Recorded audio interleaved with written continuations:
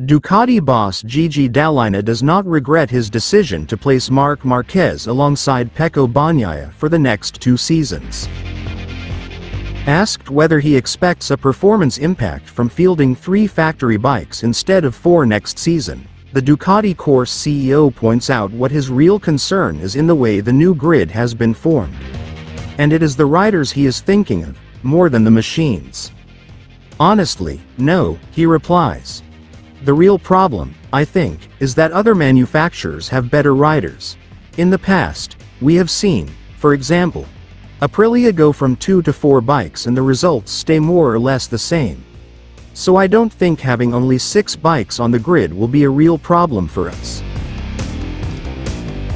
The real problem is that Martin leaves for another brand and the same for Enea. I think that is the difference between 2024 and 2025. However, Dall'Igna assures that he has no regrets. No, when I made this decision, of course we thought about it a lot, and we also thought about the fact that Martin could win the championship this year. It is something that we evaluated and we made this decision.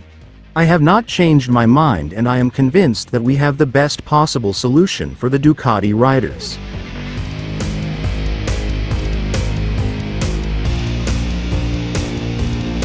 We knew he was a champion, a rider who could show that he would have the number 1, he continued about Jorge Martin.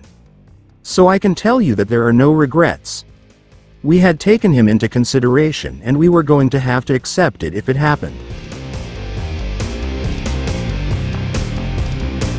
As I have always said, my goal was to keep 3 riders, including Martin.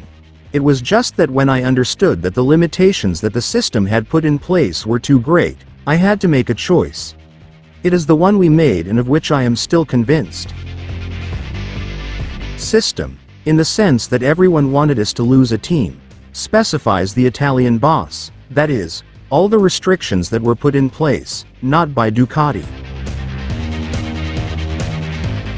Marquez is stepping from year-old machinery at Gresini to the GP25 at Ducati factory in 2025.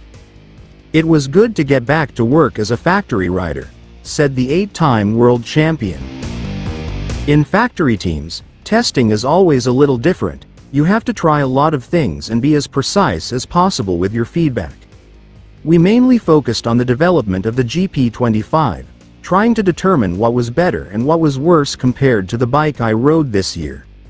The good thing is that both my feedback and Pecco's were very similar, which will help simplify the engineers' work at home over the winter.